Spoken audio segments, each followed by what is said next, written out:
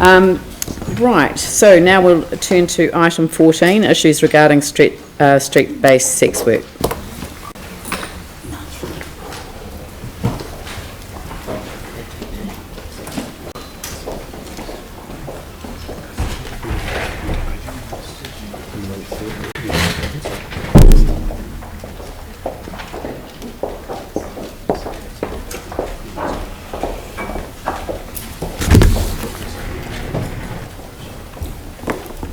I don't know whether you want to sort of present on this or whether you want to go straight to any questions, or what would be easier? I think straight to questions if you have them. Straight to questions. Do any councillors have questions? Sarah, Dion, Yanni. Thank you. I was just wondering, with a bylaw review happening in 2018 anyway for the public places, what would be the additional costs involved in going through a review now and potential amendment? And potentially what else might that displace on the priority list of things that we've got to review? The costs for, or estimated costs, are given in the, of doing a bylaw now, are given at the financial implications section for the second option.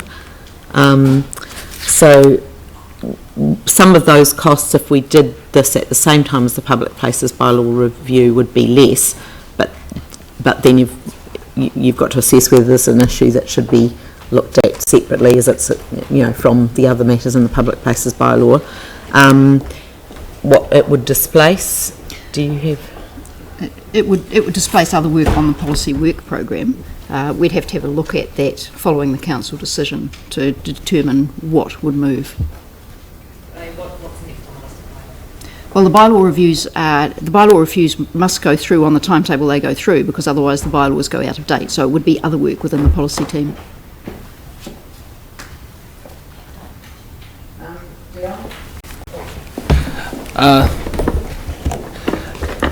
Are you aware of the Hamilton bylaw for street workers and prostitution? I'm aware that Hamilton has a bylaw clause. It was commented on by the Select Committee in relation to the Manukau Bill. We contacted Hamilton about their bylaw last year or earlier this year. Claire, did she? Can you recall exactly what they said? My memory is that the answer was that they had never had to enforce their bylaw.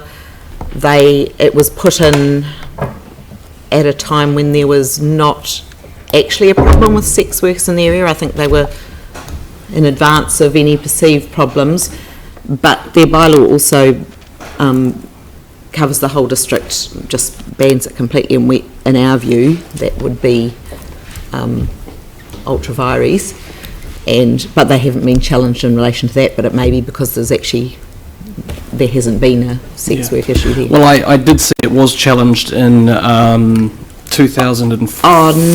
Not the street working bylaw. That was the brothels. That was the brothels. Location. Yeah. So I mean, it's interesting, and one of the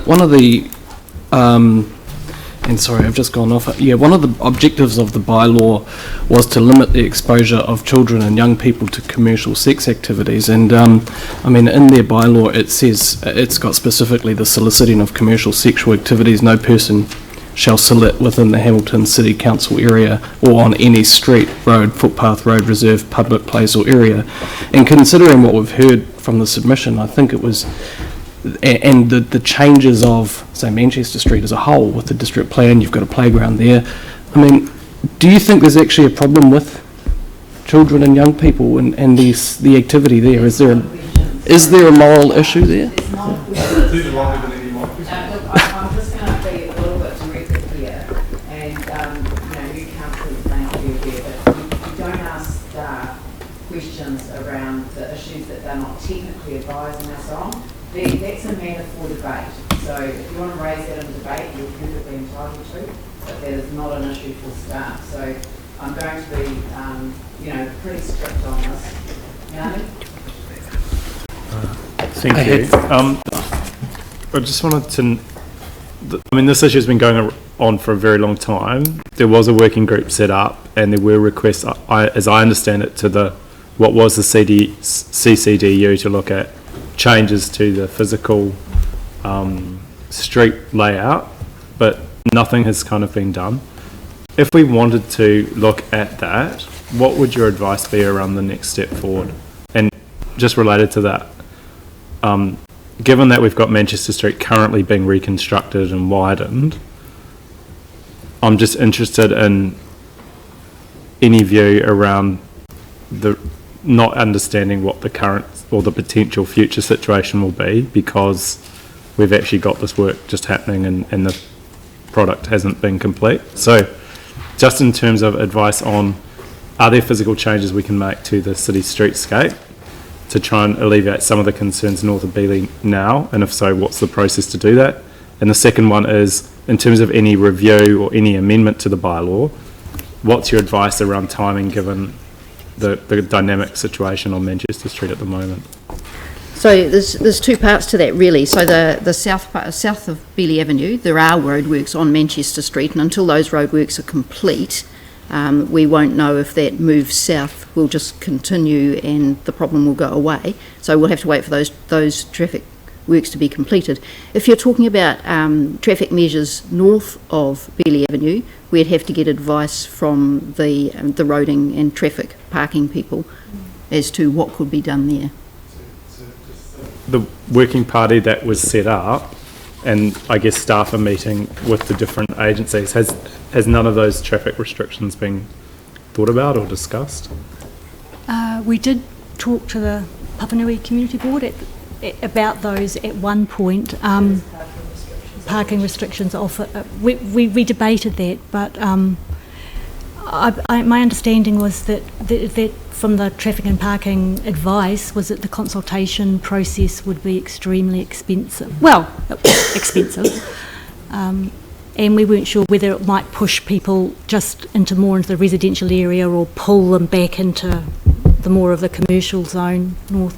So in other words, we didn't explore it perhaps as far as we should have at the time. It was raised, we looked at it, it looked like it wasn't going to perhaps meet the other, yeah. As well, saying that you thought that there were flow on Constance. Yes, yeah. The other streets. Yeah, two other streets. So that's after nothing. So, thank you. So the issue north of Beeley Ave, is that now just centred around the intersection of Purchase, Manchester, or is it still the whole of Manchester Street north of Beeley? You've got the information from the observation report from staff, and you've heard from deputies today about where the activity seems to be located at the present time, or as it was in February when the observation report was done. So there seems to be workers in the Manchester Purchester area, but less than there were perhaps a year or so ago. But they are further north on south on Beeley. Yep. South on Manchester, past Beeley Ave as well. Yep. So one of the reasons why I asked that is because obviously at that intersection now there's a very visible camera, which is obviously potentially attracting it to be a safe area to work in. When you look south of Beeley, there's not those types of cameras around that are very highly visible.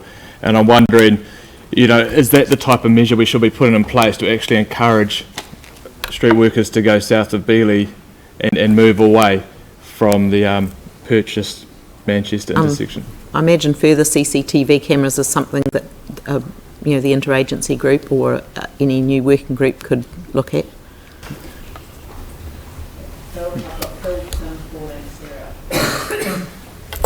I just want to ask perhaps some explanation about the legal part and what particularly how we might achieve some change.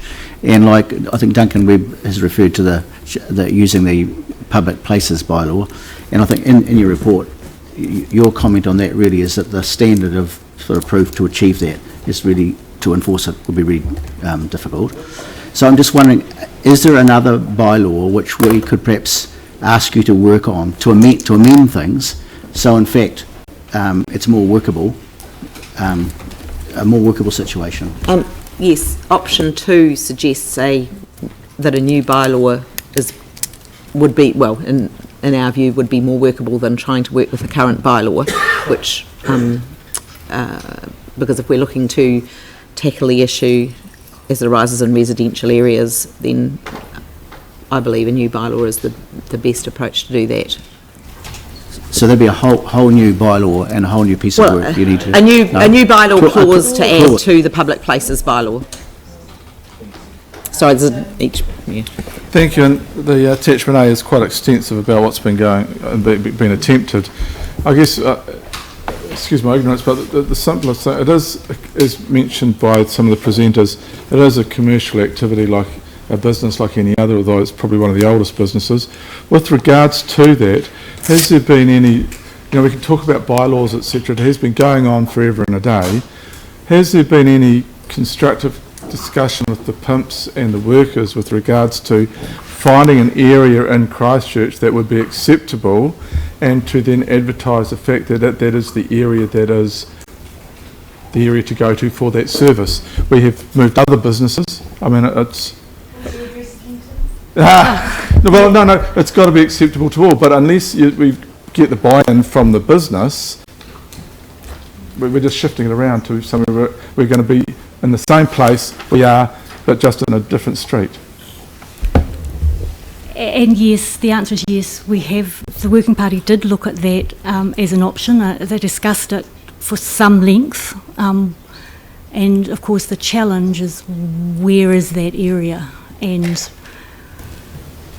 who would find that acceptable if it was your area that was identified. There's a lot of issues. I mean, basically, there was a lot of work put into what might be a possible location, but at the end of the day, it was how do you get through the challenge of saying to someone or consulting with people around, is this all right for your area to become? Well, historically, it was on Manchester Street, from probably Worcester Street up to, I don't know what, Peterborough or Beeley or something like that. So why not Central City? I mean, the facts of the matter are, it's been there forever and a day. It's not going to go away. So the idea is to find somewhere, because someone mentioned they feel safe in the northern part of, and that's actually probably the crucial thing. So if we could get buy-in from the pimps and the workers to find a safe place, that is the trouble, to find a place that is acceptable to all. It was in the central city. So why not return it there as soon as possible, because it worked there. Perhaps the Working Party could look at that again going forward. Yeah. Thank you. Thank you. Now my question is around the, Duncan Webb suggested perhaps that the existing bylaw is actually workable, it's enough, but a tweak may help, tweaking a clause. But somewhere in the report it mentions that the police would be more inclined to actually step up if we were to amend a clause or add a clause. Do you support that? Do you think it's more likely that the police will be able to be more helpful if we amend the clause? We haven't talked to the police recently about the existing bylaw. There has been a recent discussion with them about looking at a new bylaw clause, and their readiness to support the council with enforcement of that. Yes. And has that been positive? Yes. Well, I think that's because yes, the thing is that, and I believe the existing bylaw is workable too at the moment, but it's getting the buy-in from the police, and it's not asking them to come in with a big sledgehammer. It's just enabling them to start to work with these people and actually to be able to respond in a more timely manner than they have been. So that's the question I'm asking you, that you have engaged and that there is a positive response. Yes, there has been a positive response from the meeting with the police last week. Thank you.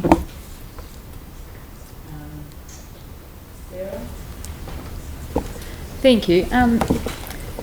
If we chose to go for an approach where we set aside an area within the CBD generally, like a largish area that the sex workers were allowed to work in, that was away from the suburban residential, and then the east frame gets developed, we have a new dense residential population living there, are we likely then to get, as the residential in the city develops, more and more communities coming to us within the central city, saying, right, get them away from our area too, that kind of thing. We bought in the central city because we wanted it to be flash, and now there's sex workers outside. I mean, are we likely to start something that we would get pressure to continue? I think with a bylaw approach, that'll be the next. If the council decides to look at a regulatory approach, or a new bylaw, that will be part of the next stage in the report coming back to council about the options of what a bylaw might look like and tackling problems like, or how do we address problems like, the activity moving or other people not wanting. Wanting the bylaw to address with their issues.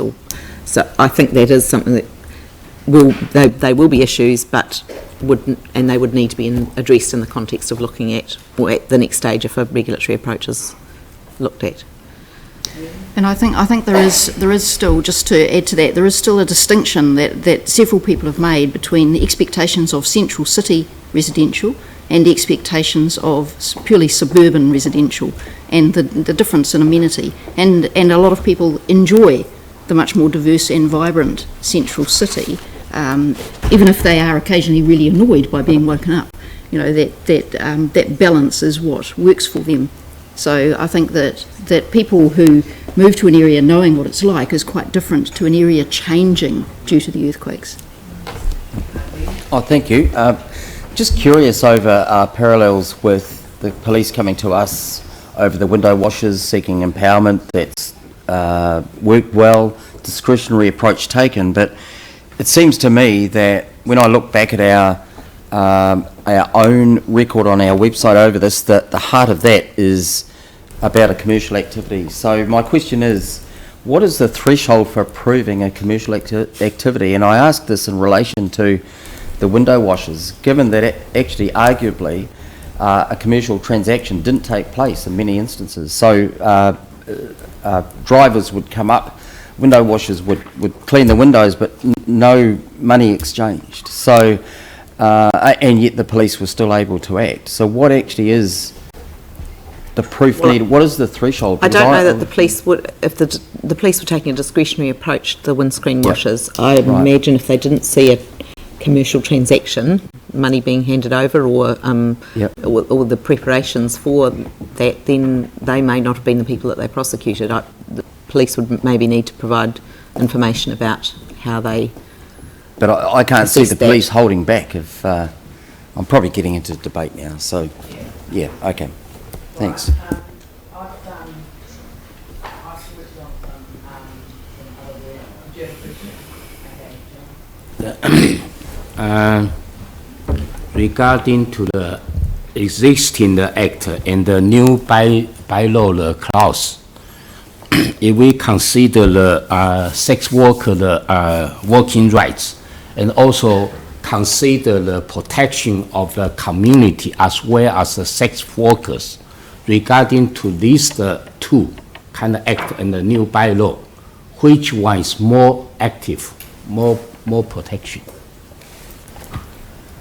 I think a new bylaw would seek to address, everybody's concerns and make it a fair approach to everybody. But how about working rights? Sex workers' rights? Yeah, whether have been decreased or not.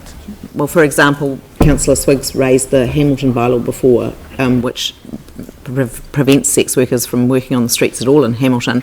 We don't believe that would be a bylaw that we could enact here that would be ultra vires. So there wouldn't be a bylaw that would be able to go as far as banning them completely from the streets. Okay, thank you.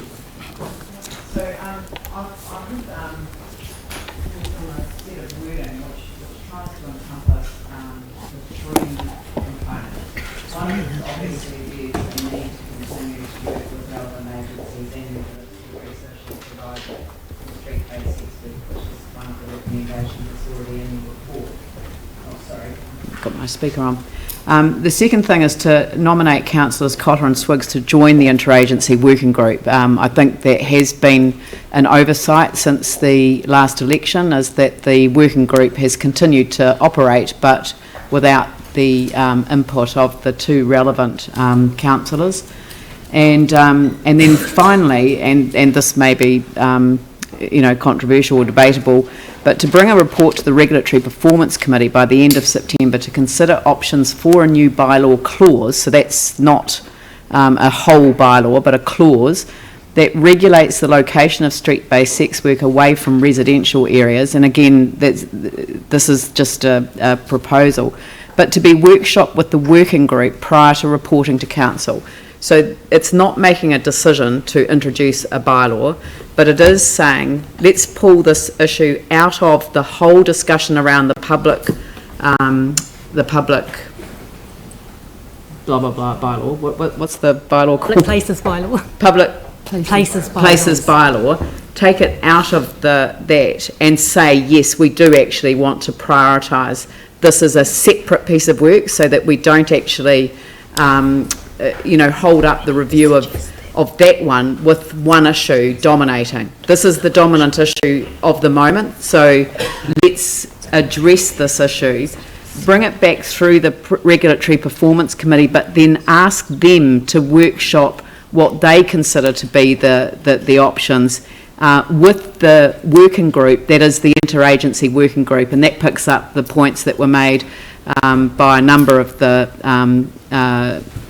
submitters, and to have that reported back to the Regulatory Performance Committee by the end of September, which enables us to actually make a decision if we are to go down that track of a new bylaw before the review of the public places bylaw, which won't be reported to council. The beginning of that process won't be reported to council till the beginning of next year. Phil. Leanne, I can certainly appreciate the need to have this regulatory part processed through the Regulatory Performance Committee. I'm just wanting to make sure that, in fact, having being workshopped as well, especially all of the social issues and the coordination that's required, that in fact council are going to really resource this so we get the social change with the prostitutes collective. So in fact it does work. Well, I'm perfectly fine if the report goes through your committee if you'd prefer. But I just don't want it to report down two lines, that's all. I understand that. I guess as long as that I can be assured that in fact it will be resourced, because it's easy to say this is how we'd like regulation wise. So you'd like a Social and Community Development Committee? Well, I'm not sure of any other alternative right now to actually... Okay, so can you change the regulatory performance to social and community development? I mean, it doesn't... Not necessarily. No, I wasn't asking for that really, Leanne. There's two parts. The working group will be doing a non-regulatory approach.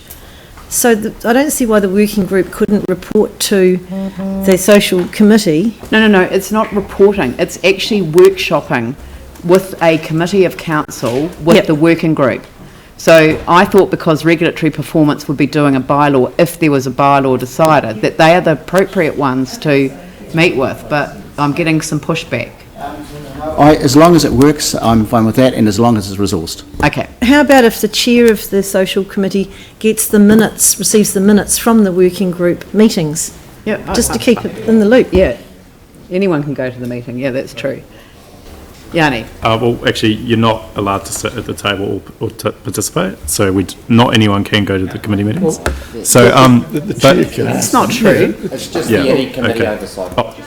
Okay. So, depends if you're making a submission. I just wanted to say that under number 2, I think it would be wise to include a member of the local community board, given that some of the issues, like parking restrictions, could actually be going through the local board. So under number 2, I just wanted to ask if it was possible to amend that to include... Which community boards? It's the Linwood Central Heathcote one.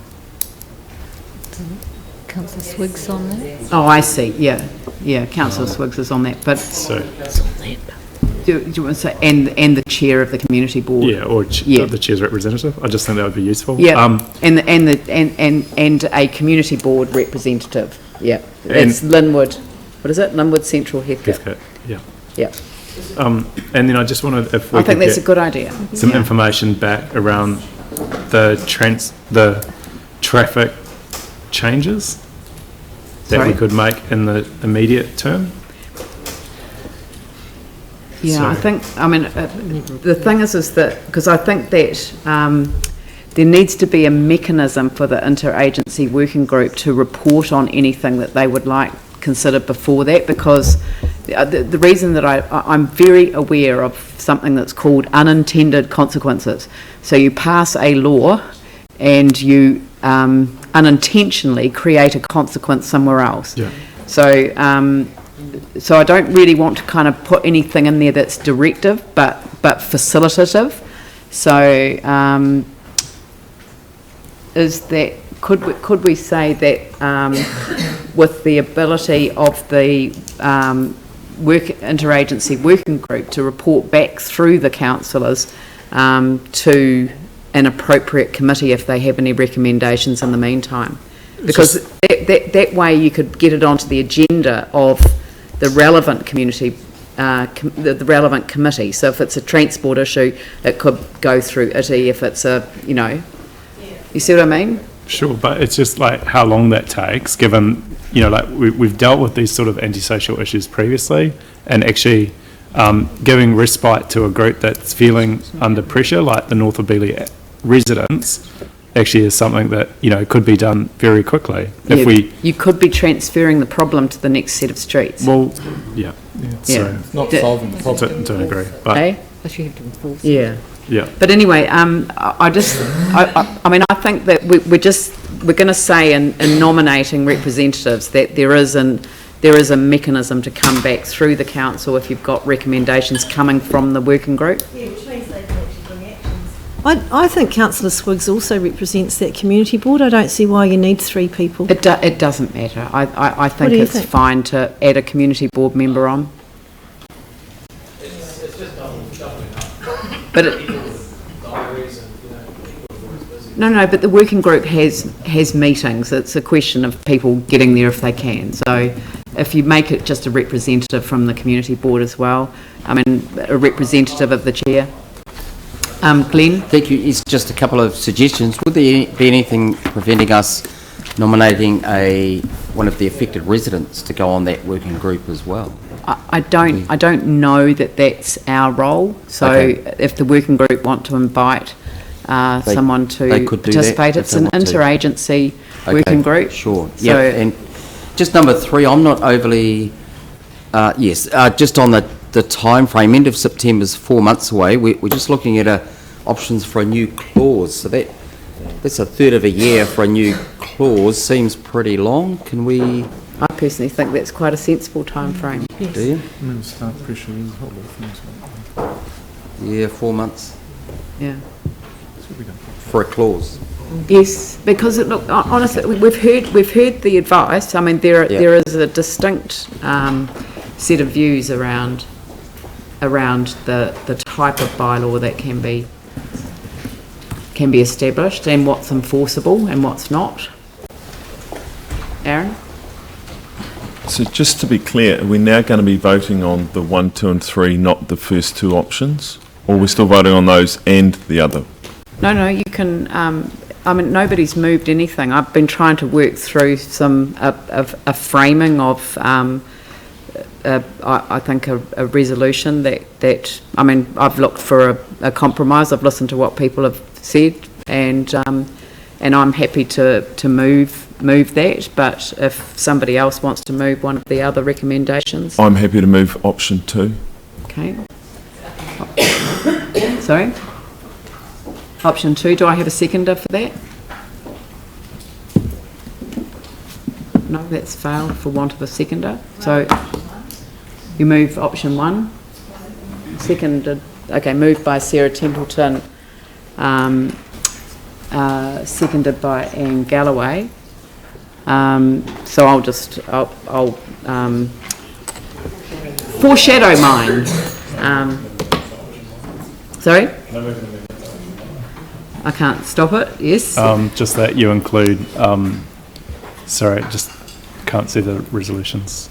The two from your one, which was to add those elected members to the interagency group.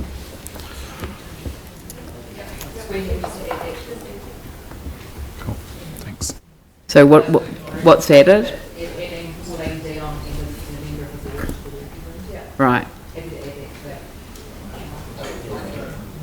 I mean, if we're not, I'm not happy in that second one to be on that, if we're not looking at a regulatory approach. So in that resolution, we're going to take my name off, because I don't want to suggest that we're not working.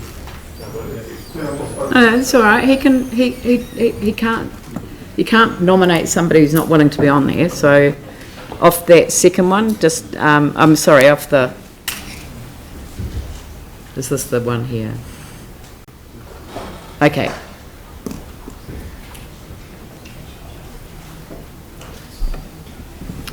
Do you want to nominate another councillor in place of Councillor Swiggs for that one? No? All right. So, so that's the resolution. So I'll open it up to debate. Sorry? What? Yeah. Sorry, I'm just. Somebody was. You were questioning. No, I've foreshadowed it. So if this fails, then I'll move my resolution. Yeah. So Sarah. Thank you. I'd like to think that as a city, we can look past the regulatory approach and to look at what's right. There have been some enormous impacts from the earthquake, with stresses on both residents and the workers themselves, increased levels of drug and alcohol with a number of different groups. And there have been some real impacts on those residents who live in areas that the sex workers have moved into, and they are real impacts on those people. In a lot of ways, they are not a lot different to the real impacts that residents in the Victoria neighbourhood have from the alcohol that is consumed over the weekends, people stepping over vomit in their driveways, residents having houses broken into by drunken people, and yet as a council we're looking at extending the hours that people can drink in Victoria Street, rather than limiting them to limit the damage to residents nearby. I'd like to urge people to put the emotion from our deputies today aside and to look at the evidence in the decision making today. Evidence of the past, where an increased regulatory approach actually meant that sex work was less safe for the workers. There was higher levels of violence and people didn't feel like they could report it, and that led to horrible consequences for many. The evidence of the link to the earthquake and the increase in the moving of the work there, we are looking at Manchester Street being finished at some point in the future, and the fact that the workers are moving already slowly south. Look to the costs of the process versus the scale of the problem, especially when we've got a review coming in 2018. And it's also clear that a community approach is best when working with the most marginalised, our homeless, our street-based sex workers, and others in our community. It's clear that not all of the non-regulatory options have been tried. Moving the cameras, traffic changes, talking to the sex workers as people, and I'd like people to think about those things before we spend money on looking at a regulatory approach, and I'll probably have a couple more words at the end. Thanks. Andrew. Thank you. And if we could just have the screen moved so that we can see the foreshadowed motion as well as the one that we're dealing with now. Because what I intend to do is to speak to the reasons that I won't be supporting the motion as it's been put in favour of supporting the foreshadowed motion on the assumption that we get there. The foreshadowed motion, I think, is a pragmatic approach. There's 4 months between now and the time that any further action would happen. I believe that that gives an opportunity for the non-regulatory approach to continue to be pursued and for further steps to be taken that could well be positive in that space. That would then allow that further information to be brought to bear on the decision making that follows in clause 3. So a lot could probably be done in 3 or 4 months that would then inform the discussion about whether a regulatory approach is in fact desirable or not, bearing in mind that what we're doing is bringing a report to the committee to consider options for a bylaw. One of those options at that point may be to take a softer approach rather than the harder approach that's been assumed in some ways this morning. So I'm in favour of the 4 months in between, which is there for practical reasons, but also could bring about some positive outcome. I'm certainly in favour of appointing elected members to the interagency working group, and certainly it appears that that's an oversight that we didn't have people there. I think having good local representation and so through the community board and councillor representation, including one councillor who is on the community board and the council, really shows that council's taking this seriously and is there to help assist getting some positive outcome from the interagency working group. And also taking the interagency working group's views into account in doing the work that's envisaged by clause 3 means that a lot of the points that have been made this morning by the 2 agencies that are involved in that group can actually be brought to bear on that discussion, so that hopefully what we get from clause 3 is a solution that really is able to take into account the views of all parties, bearing in mind that if we do go ahead with a change to a bylaw, that would then require community consultation anyway, would result in hearings. There are a number of ways that we can make sure that all views are brought to bear so that we ideally are able to arrive in a place that I won't say solves this for everybody, but perhaps keeps most of the people happy most of the time. So I believe the foreshadowed motion is a very pragmatic approach to, I think, what we would all agree is a difficult problem that's been put in front of us today. Dion.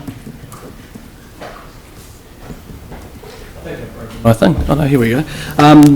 Yeah, I'm going to support the foreshadowed motion, and I'll probably second that if I'm allowed to. The reason I'm not wanting to be on the motion that's been moved by Councillor Templeton is because I think we need to look at it all in one package, and that's what the foreshadowed motion is doing. It's a pragmatic approach, as Deputy Mayor has said, that looks at timeframes, action and collaboration, and we can all bring that back together and actually start moving forward, because this isn't just an issue just north of Beeley Ave.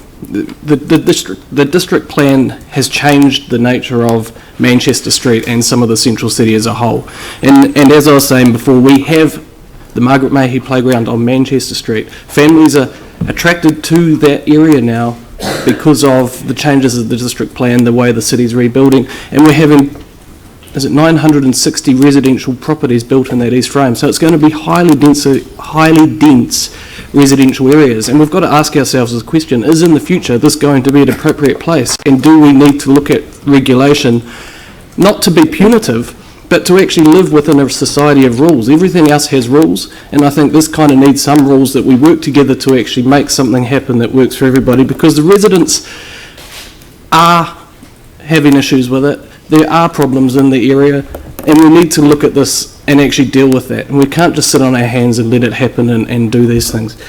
But at the same time, you've got to respect the workers. And everybody said they're working. They are working. We work with inside rules, and that's what I want to see happen. And that is, to me, doing what's right by the people, doing what's right by us as regulators, and looking after the communities, and especially the ones that have been, talking to us around this today. And I just want to finish off on saying around the children thing, the bylaw in Hamilton bans it completely. I don't think that's an appropriate approach that we should take in Christchurch, but I keep going back to that clause within that bylaw that Hamilton and actually Rodney District Council have adopted as well, saying that they are basing this on children and reducing the exposure to that. And with Manchester Street now having the Margaret Mayhew playground and families probably being more attracted because of the district plan, I think we need to have a bit more of an approach that actually holistically looks at that, which is why I'll be supporting the foreshadowed motion. Pauline? Thank you, and I support what Andrew put it very succinctly, and thanks Dion, I support your comments too. I'll be supporting the Mayor's foreshadowed amendment. They're actually very close, these two, except that Dion's missing out of one, and the fact that the foreshadowed amendment allows us to begin working on options for a bylaw clause. We're talking about a bylaw clause. We're not talking, as I said, about a sledgehammer, and the police know that will not work in this situation, but what it does is gives them another tool so that they can actually work with these people. So look what they've done in Phillipstown with this proactive approach to communities. They've done fabulous work in there with reducing crime, but also engaging the residents in their own solutions. They've also worked well in Riccarton, and we also had a example in St Albans where we walked around with the police, the community board members and councillors walked around with the police and did some door knocking at one point, and the crime rate plummeted after that. So this is how the police work these days. It's not asking for a sledgehammer. That would actually bring the result that you were talking about, Sarah, that would actually cause, and the collective spoke about, it would cause violence and risk to the workers because they would then be fearful, they would hurry transactions and put themselves at risk. That is not what the police want either. But I just think this is a good way forward to actually get some action happening. We've been working with non-regulatory approaches and solutions for a long time. We'll continue to do that, but if we can get the police on board, and we've been assured by staff that actually this will actually encourage them to step up, to me that's extremely encouraging. That's what we need. So we're going to have to also alter learned behaviours now. They've moved. You have to move them somewhere else. So that's a huge challenge now. And so I think that this is the way forward for me. I'll be supporting the foreshadowed amendment. We've just had 3 speakers in a row the same. Of the speakers I've got noted, Yanni, Aaron, Glenn, Phil, does anyone want to speak in favour of the current resolution? Yanni. Thank you. I think it's really important to put this into historic context, and that is that I can recall when the sex workers on the street used to work further towards Morehouse Ave. So what happened was the proliferation of bars on the corner sites on places like Cashel Street meant that it got displaced further north. And so what we saw is through the city plan enabling these activities to happen on these corner sites, that the workers moved more and more towards the residential. So I think we do need to come up with a long-term solution, but I think actually getting more information is the right approach. And the reason I say it is this: Manchester Street has not been finished yet. So I think we need to, how can we do any sort of assessment, rational, reasonable assessment of the issue when we've got all the construction work happening on Manchester Street now? I don't think we can do that within the 4 months that's been proposed. We've also got Beeley Ave. It's going to have a huge upgrade in terms of the resealing. So you're actually probably going to have traffic shut, I presume, at some point along Beeley Ave, Manchester Street. You've also got all the other things happening around the central city in terms of traffic, which, again, we don't have any time frame for that to be complete, but it is going to happen, hopefully, within the next 6 months. So, personally, I think you need to do you need to do a much better assessment. We've already heard from the deputations as to the different views about what the problem is, and to have any bylaw that's defendable and reasonable and rational, or any non-regulatory approach, we need to understand what the issue will be. And we're not in a position to do that now, and I don't believe we'll be in a position to do that in 4 months. What I do support, if you want to have the conversation around a regulatory approach, which personally I don't think is the right approach, but bring the public places bylaw forward. The other thing I can't see working is we go off for an amendment to the public places bylaw now, and then next year we consult on the whole bylaw and we just duplicate the use of resources. We get people that aren't happy with what the amendment is, saying it shouldn't be in their area, they come and get involved in the second process. To me, it makes no sense. If you want to go through the regulatory approach, then bring that public places bylaw review forward. Don't waste money, time and effort in an inefficient amendment now that actually is just could be undone in 6 months' time. And the final point I'll make is that, well, two final points that I wanted to make. One is, this also comes down to the fact that there's been no social impact assessment of the blueprint and the impact that that had on the inner city communities. So we see the poorest, the most vulnerable being displaced, having to deal with those who can least afford it, dealing with increased costs and a huge range of issues in terms of the central city. There was a community in the central city, there is a community in the central city, and all the money that's been spent on developers and on street upgrades, a huge amount of money being spent, millions, hundreds of millions on that, and very little money going into dealing with the social issues that are arising through CCDU's blueprint. And I think the Eastern Frame will be very interesting to see how that comes out.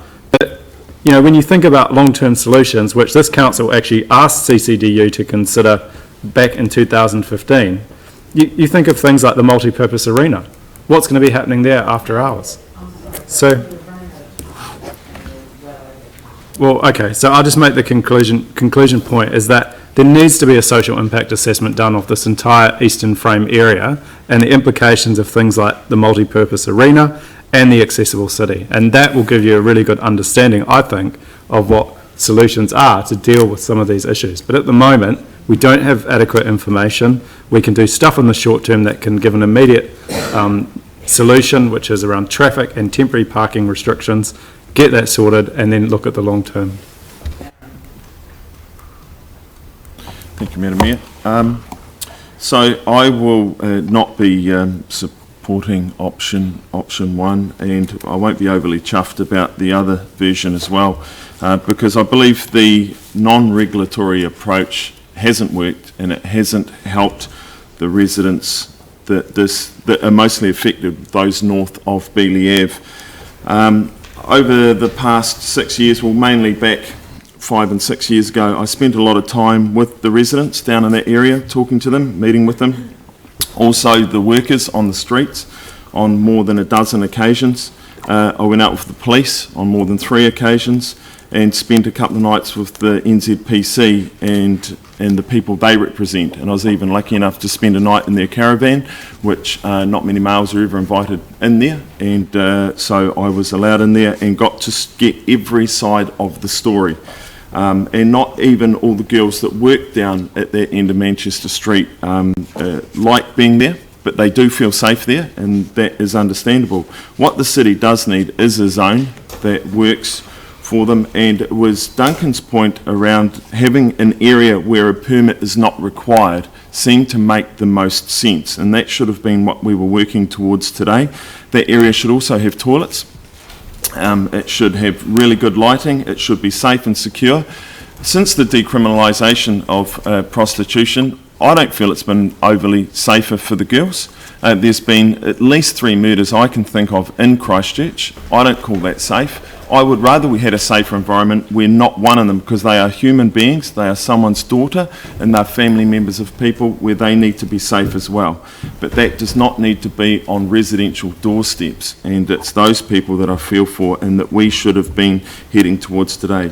It is a commercial activity. It's pretty clear when you see the definition of what a commercial activity is, and it's a legal one. And we have regulations for things like bars, factories, shopping districts, crematoriums, and yet something with such that carries some dangers in the industry, or quite a number of dangers, and has such close personal contact, doesn't have any regulations around it or checks and balances.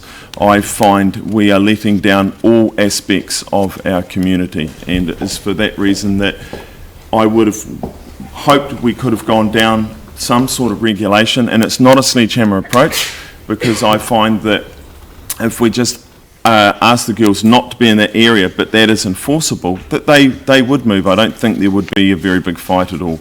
And so is that is where I would like to finish my point, is that this is not going to be a good outcome for the residents down there, and I don't think that good an outcome for the girls at this point either. So everyone loses. Thank you. I'm going to support the foreshadowed motion there. For me, from time to time, our council will be faced with difficult decisions like this, and sometimes these decisions involve looking along a spectrum, of which one end is kind of like the first option, non-regulatory, so it sounds a bit kind of laissez-faire, along to interventionist, and I'm siding on the interventionist part of that spectrum for the simple reason that status quo is not tenable for these families, for the residents. Secondly, I also feel that once that clause is worked out, that with what I've seen over action where police came to us looking for delegation to work on the Linwood issues, that actually they took a discretionary and reasonable approach. And it didn't stop there either. They worked with the younger people. So I see this as some kind of, this offers potential for further development because these issues are sophisticated and complex. Put yourself in Matt Bonis's shoes. The email documentation goes back 5 or 6 years. I think he's been quite reasonable. He's been more than patient. He's come to his council. Please help me, council. What are the tools you have in your toolbox to do something? Because, if I'm a parent, as a father, you're protective. If as a mother, my wife describes herself as a lioness, like her mother. You are protective of your family. You look to your council to please help. One of our council objectives is to create strong local communities. So let's please act reasonably. Let us do what we can for the families, but also the women on the street. I take note of what the collective said before, and I do know that embarking on a kind of regulatory approach, that shadow still exists from a few years ago where you did feel pushed down, but I think we can, I'm confident that in working in partnership we can find a way ahead. But to me, not to do anything is just not tenable. I think we need to act.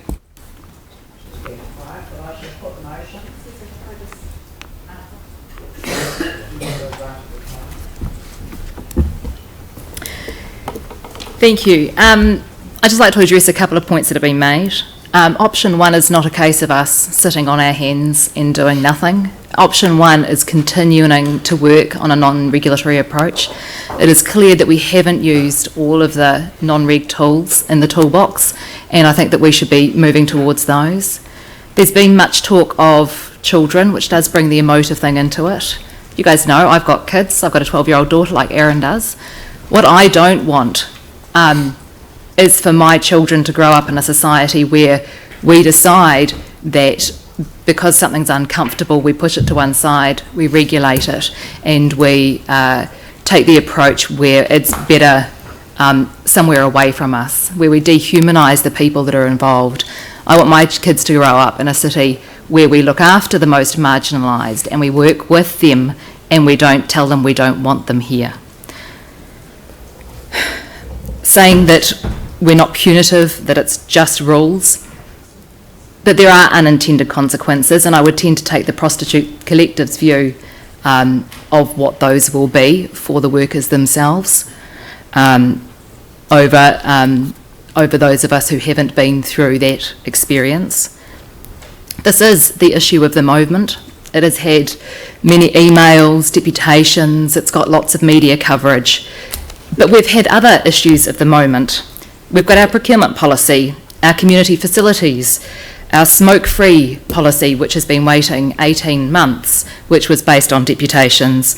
We've got coastal hazards, and we don't know which of our policies work will be deferred, put off, and pushed aside while we potentially look at maybe doing a clause in a bylaw prior to doing a whole review. And I don't think that that's a sensible way to govern, and I'd urge you just to move with option 1 and to look at a really good non-regulatory approach for our city.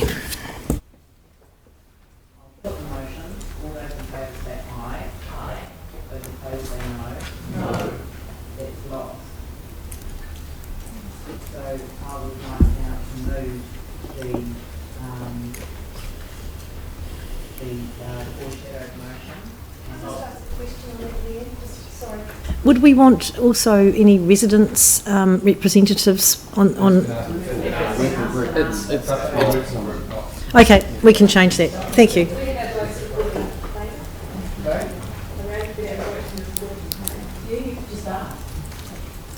So who voted in favour of the Yari, Sarah and Anne?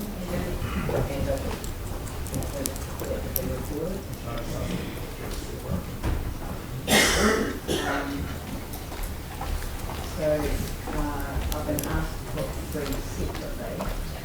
So We've put the whole thing. we've already voted on 1 and 2. So I thought you voted on the whole thing.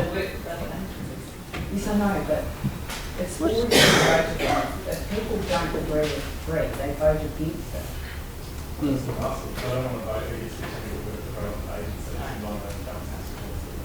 Yeah. You've already voted for it. Yes, you did. We have not voted for it. All right. Okay. So I will put. I'll put items. Items 1 and 2. So that's been. Oh, it'll just be the same. Leanne, I'm going to say something. I don't want to be on the working committee if we're not going to be doing this other work in tandem. It'll be lost anyway, Dion. We need that work in tandem. It'll be lost. It'll be the same people. So just put their names in now. I'll put item 3 first. So, but I wouldn't support item 3 if it wasn't backed up by items 1 and 2. Yes, so, this is why it needs to be in tandem. Why don't we just nominate those that want to vote against item 3, and I'll put the whole resolution. So I'll put 1, 2 and 3. All those in favour say aye. Aye. Those opposed say no. That's carried. And those who want to vote against item 3, put up your hand. Sarah Templeton and Yanni Johansson. Right. Did we have a seconder for that motion? You did. Oh, good.